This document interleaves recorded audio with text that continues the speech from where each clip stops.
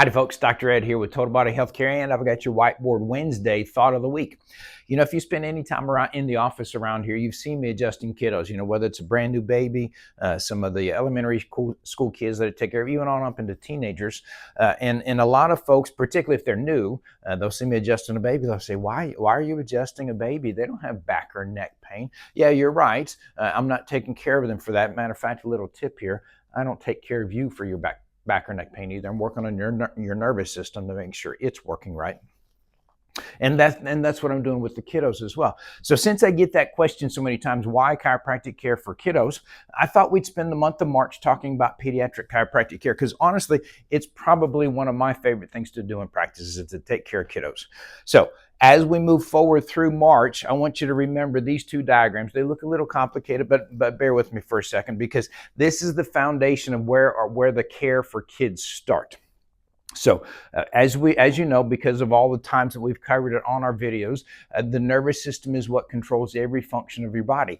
As you're developing in your mom's womb, the very first organ that's recognizable is your brain and your spinal cord. That's even before the heart starts beating. We can recognize the brain because it controls everything else. Can't say that enough.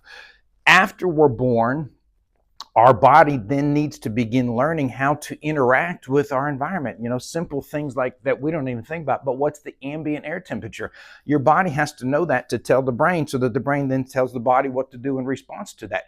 So the first thing I want you to remember, and remember, this is all month long, keep these in the back of your head. Remember, bottom up, back forward. That's how our body learns how to recognize and organize the sensations that our body is experiencing out in the environment. The sensory signals go up the spinal cord. They hit the lower part of the brain called your cerebellum, and then move into another part of your brain called the hypothalamus. The hypothalamus is kind of like the conductor telling the signals where they should go, depending on what kind of signal it is.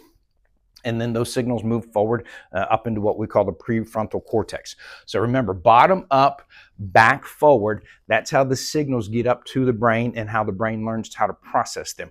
Incidentally, it's kind of important for us adults even as well. We'll cover that on a future video. The other thing I want you to remember here is this development pyramid. As you can see, the very bottom of it is your central and autonomic nervous system, because that then learns how to control motor function. What's one of the first things that we want to mark as a milestone for a baby?